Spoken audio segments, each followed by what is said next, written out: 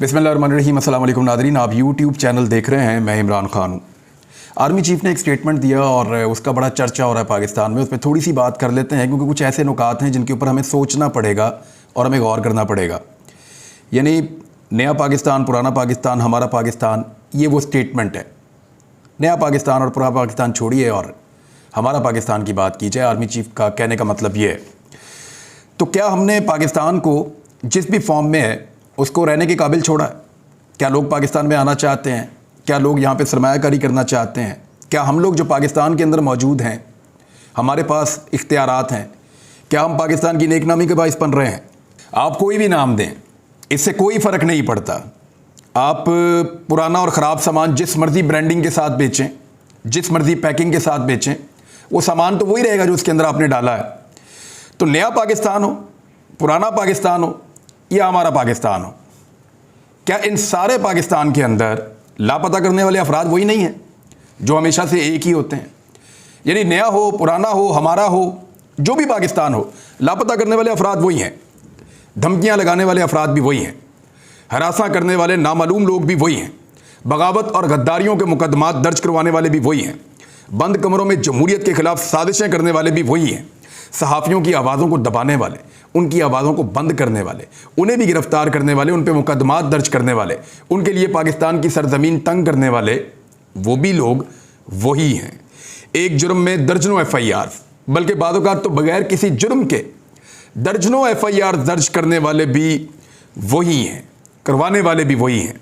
बार बार इस मुल्क में रजीम चेंज ऑपरेशन करवाने वाले भी वही हैं। पाकिस्तान में मजहबी जनूनियों को तैयार करने वाले, फिर उन्हें इस्तेमाल करने वाले, क्या वो लोग बदल गए हैं? वही हैं। सियासतदानों में तफरीक और तकसीम पैदा करके फ़ायदा उठाने वाले कौन लोग हैं? क्या वही नहीं हैं? अपने कारोबारी मफादात के लिए बाकी सबको दबा कर रखने वाले कौन लोग हैं? क्या आप नहीं जानते? जो उनके रास्ते में रुकावट डालता है उसके लिए पाकिस्तान की ज़मीन तंग कर देते हैं। क्या ये वही हाथ नहीं है? वही लोग नहीं हैं? गिरफ्तार अफराद पर नंगा करके बदतरीन तशद्दुद करवाने वाले, क्या वही लोग नहीं हैं?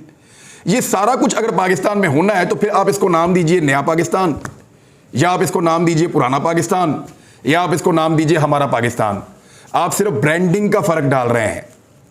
आप सिर्फ डब्बे के ऊपर लगा हुआ स्टिकर तब्दील कर रहे हैं। जो उसके अंदर हो रहा है वो नहीं बदल रहे आप। उसके अंदर फस्तायत भरी हुई है, उसके अंदर जुल्म है, उसके अंदर लाकानूनियत है, उसके अंदर गैर जमहूरी अवामिल हैं, उसके अंदर दहशतगर्दी है, उसके अंदर मजहबी इंतहा पसंदी है, उसके अंदर जनूनियत है, उसके अंदर तकसीम है, उसके अंदर नफरत है, उसके अंदर करप्शन है, उसके अंदर बेईमानी है, उसके अंदर एक दूसरे को नवाजने का अकरवा परवरी वाला सारा मामला है। हर चीज उसके अंदर ठूंस ठूंस के भरी हुई है। ऊपर आप जोन सी मर्जी ब्रांडिंग कर लें। पाकिस्तान को ठीक करना पड़ेगा, नाम बदलने से फर्क नहीं पड़ेगा। मेरी सिर्फ ये इतनी गुजारिश है। अब कुछ और खबरें मैं आपके साथ शेयर करता हूं। सबसे पहले खबर तो आप ले लें अजहर सिद्दीक भाई की, जो बहुत इंपॉर्टेंट खबर है।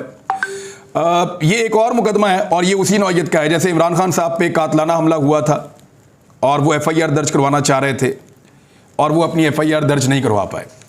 साबिक वज़ीर आज़म होने के बावजूद उनकी पंजाब में हुकूमत थी, उनकी पंजाब हुकूमत भी कुछ नहीं कर पाई, इमरान खान साहब कुछ भी खुद नहीं कर पाए और परवेज़ इलाही साहब वैसे भी एक कमज़ोर आदमी थे, वो भी नहीं कर पाए। लिहाजा इमरान खान साहब FIR दर्ज नहीं करवा पाए अपने मुकदमे की अपनी मर्जी से। इसी तरह से एक FIR शहीद अरशद शरीफ की वालदा करवाना चाहती हैं, वो भी नहीं करवा पा रही थी। अब सुनिए, अजहर सिद्दीक साहब के घर के ऊपर जिन्होंने गोलियां चलाई, ये नंगी फस्तायत है, ये बर्बरियत है, जुल्म है। उनके बच्चे घर में होते हैं। जब मेरी अजहर भाई से बात हुई तो उनकी छोटी बेटी है, वो हम सबकी बड़ी लाडली है, वो वहां बादौकात बच्चे ऊपर जाते हैं और उन्हीं खिड़कियों के आसपास मौजूद होते हैं जहां पे गोलियां लगी हैं। वो खुदा ना खास्ता किसी बच्चे को गोली लग जाती तो हम किसका गिरेबान पकड़ते जाके? अभी तक बंदे नहीं पकड़े, बल्कि पैगामात ये भिजवाए जा रहे हैं कि जी फलां का कोई ताल्लुक नहीं और फलां इन्वॉल्व नहीं है, तो इनको ना कहा जाए, तो उनको ना कहा जाए। और भाई नहीं कहते, बंदे तो पकड़ के दो। लाहौर शहर है, हर जगह CCTV फुटेज लगी हुई है, हर जगह पता चलता है कि कौन कहां से मूव करके कहां जा रहा है, ये गाड़ी कहां से आई थी, इसका नंबर क्या है, ये कौन लोग हैं, इनका किससे ताल्लुक है, ये सारी चीजें पता चलती हैं। लेकिन बदकिस्मती, अफसोस के साथ मुझे ये कहना पड़ता है कि वो बंदे भी नहीं पकड़े गए, और बंदे भी नहीं पकड़े गए। और FIR चेक करें आप, ये अजहर सिद्दीक भाई ने इसको रिपोर्ट किया है। वो ये कह रहे हैं कि हाजिर खिदमत है हुकूमती नामजद करदा FIR और मेरी दरखास्त जिसमें मेरा मुल्क का वज़ीर आज़म शहबाज शरीफ और वज़ीर दाखिला राणा सनाउल्लाह और निगरान वज़ीर आला मोहसिन नकवी हैं और दीगर हैं। जबकि साबितशुदा दहशतगर्दी पर आंखें बंद, मुकदमा सरकार की मुद्दइयत में दर्ज। पहले इमरान खान साहब का मुकदमा सरकार की मुद्दइयत में दर्ज करवाया, उसके बाद शहीद अरशद शरीफ वाला मुकदमा वो भी सरकार की मुद्दइयत में दर्ज करवाया, और अब ये वाला मुकदमा भी सरकार की मुद्दइयत में दर्ज करवा लिया। यानी ये किसी आदमी को जिसके साथ जुल्म हुआ है उसकी बात सुनने के लिए भी तैयार नहीं है। आपको याद है, यही शहबाज शरीफ वज़ीर आला पंजाब थे और इनके भाई वज़ीर आज़म पाकिस्तान थे। मुझे तो अच्छी तरह याद है, उस वक्त भी साना मॉडल टाउन में इन्होंने एक FIR खुद ही दर्ज कर ली थी, और अपनी FIR दर्ज करवाने के लिए ताहिरुल कादरी साहब को 65 दिन का धरना देना पड़ा था जाकर इस्लामाबाद बैठ के। उसके बाद वो अपनी FIR दर्ज करवा पाए थे, और वो भी आर्मी चीफ की मुदाखलत के बाद। अब आ जाए जी, कुछ और पॉलिटिकल खबरें हैं, मैं आपको बता देता हूं। एक तो पाकिस्तान तहरीक इंसाफ ने अपनी कमेटी कायम कर दी है 3 लोगों पर मुश्तमिल, और वो 3 लोग मिलकर अब मुज़ाकरात करेंगे जमात इस्लामी वाली कमेटी के साथ, और फिर जमात इस्लामी हुकूमत के साथ बात करेगी, और इस तरह अब ये मुज़ाकरात आगे बढ़ेंगे। पाकिस्तान तहरीक इंसाफ कोई भी जमहूरी रास्ता छोड़ना नहीं चाहती है, ऐसा लगता है। हालांकि मुज़ाकरात का मुझे कोई फ़ायदा लग नहीं रहा।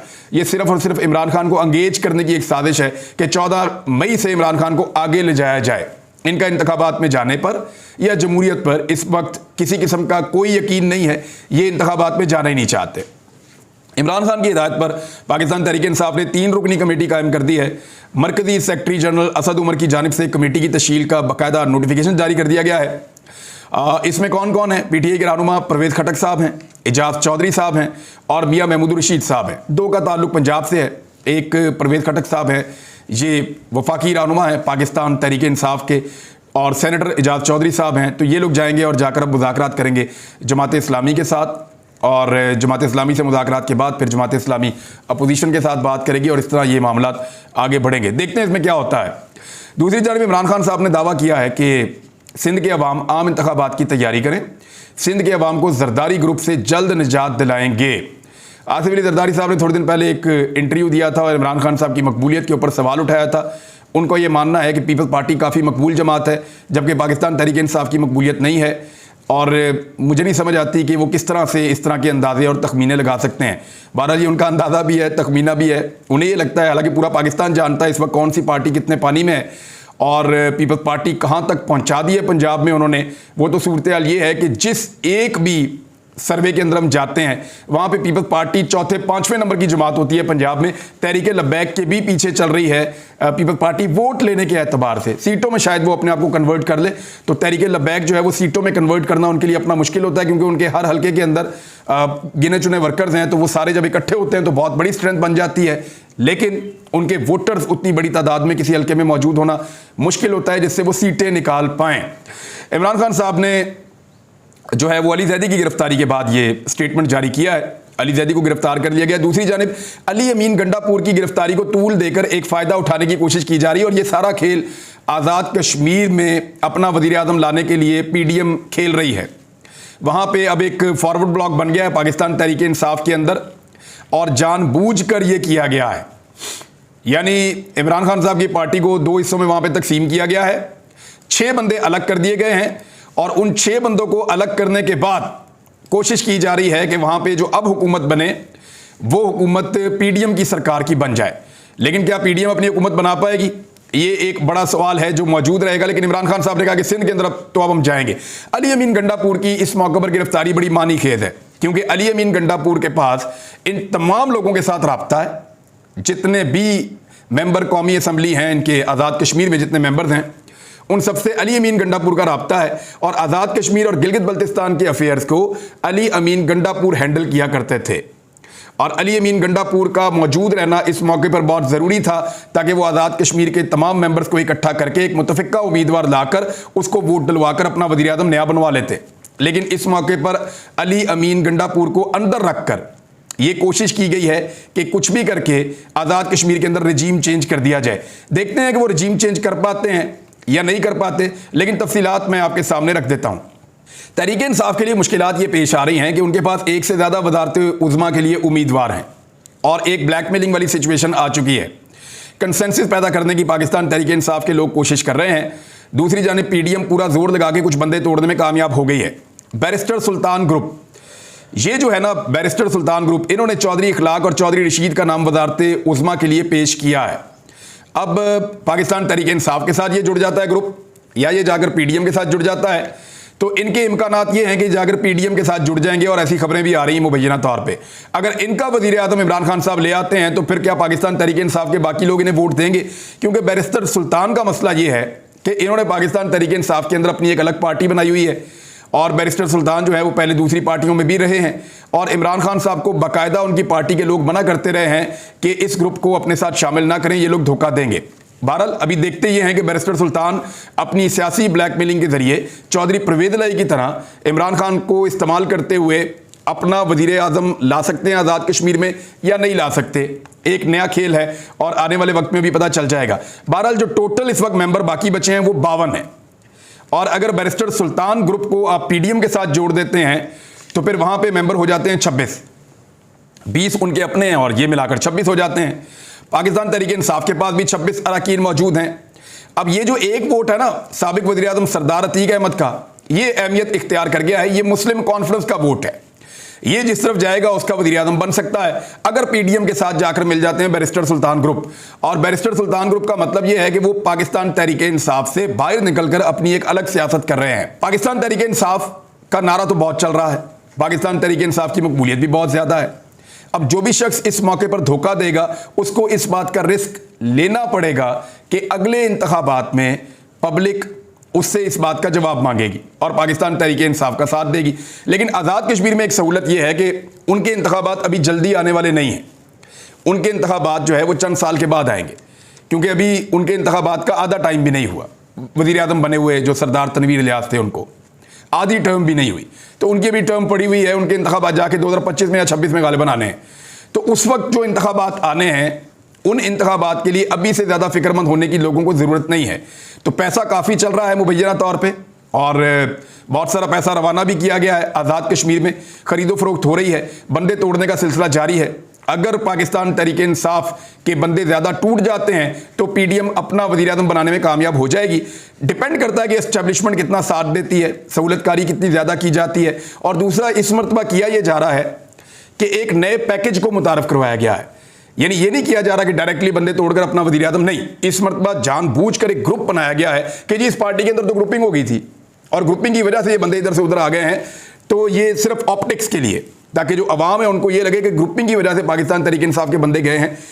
एक हद तक तो आप ये बात कह सकते हैं, लेकिन इसको जानबूझकर एग्जीक्यूट किया जा रहा है। वरना इस वक्त जितनी मकबूलियत पाकिस्तान तहरीक इंसाफ की है, आज़ाद कश्मीर में भी कोई भी इस चीज़ का रिस्क लेने से पहले 10 मरतबा सोचेगा। साबिक वफाकी वज़ीर अली ज़ैदी साहब को अदालत में पेश नहीं किया गया। अली ज़ैदी साहब को आज अदालत में पेश किया जाना चाहिए था उसूलन, क्योंकि उन्हें कल गिरफ्तार किया गया था। पाकिस्तान तहरीक इंसाफ के सदर अली ज़ैदी को गुज़िश्ता रोज़ कराची से गिरफ्तार किया गया, जिन्हें आज अदालत में पेश नहीं किया गया, और हफ्ते की शाम को ये गिरफ्तार हुए थे। एतवार का दिन गुजर गया है और आज रिमांड के लिए मलीर की अदालत में पेश किया जाना था, ताहम उन्हें पेश नहीं किया गया। पुलिस ये कह रही है कि हमने इनकी गिरफ्तारी एतवार के रोज़ डाली है, यानी सारी दुनिया को हफ्ते वाले दिन पता था कि अली ज़ैदी गिरफ्तार हो गए। पुलिस को एतवार वाले दिन पता चलता है कि अली ज़ैदी गिरफ्तार हो गए, और पुलिस एतवार वाले दिन गिरफ्तारी डालती है जानबूझकर, ताकि एक दिन बीच में ज़ाया किया जा सके। इस किस्म के टैक्टिक्स ये इस्तेमाल करते हैं पुलिस वाले, लेकिन ये भोंडी हरकतें इस सोशल मीडिया के दौर में करने से ये अपने आप को मजीद बेनकाब करेंगे, अपने आप को मजीद नंगा करेंगे, इसके अलावा और कुछ नहीं है।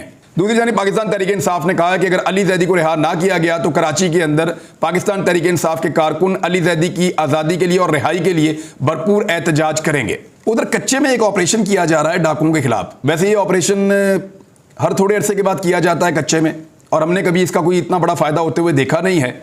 पुलिस वाले जब चाहते हैं कच्चे में जाकर ऑपरेशन शुरू कर देते हैं, और इस वक्त ये इल्ज़ाम लगाया जा रहा है पुलिस पे और पंजाब हुकूमत पर कि ये ऑपरेशन जानबूझकर शुरू किया गया है। कई दिनों से ये ऑपरेशन जारी है, ये एक नाम नहाद ऑपरेशन है, ये करार दिया जा रहा है कुछ लोगों की जानिब से, और वो ये कह रहे हैं कि 11,000 पुलिस वाले वहाँ पे लगा दिए हैं। फ़ौज को भी बुला लिया कि फ़ौज को बुलाकर उनको भी तैनात किया जाए और उनको भी लगाया जाए इस ऑपरेशन पर। और इस ऑपरेशन में कामयाबी अब तक की ये है कि एक डाकू हलाक किया गया है और कोई बहुत बड़ी कामयाबी अभी तक हासिल नहीं हुई। मुझे ऐसा लगता है कि कच्चे के ऑपरेशन को जवाब बनाकर भी कोशिश की जाएगी कि जनाब नफरी नहीं है, पुलिस नहीं है, हमारे पास स्ट्रेंथ कम है, कच्चे में ऑपरेशन चल रहा है, लिहाजा हम पंजाब में इलेक्शन के लिए फोर्स नहीं दे सकते। इस किस्म के और भी बहाने आने वाले वक्त में आपको सुनने को मिलेंगे, लेकिन देखते रहिए, हम इंशाल्लाह इन चीज़ों के साथ आपके सामने पेश होते रहेंगे। अब तक के लिए इतनी, अपना ख्याल रखिएगा, अपने चैनल का भी। अल्लाह हाफ़िज़।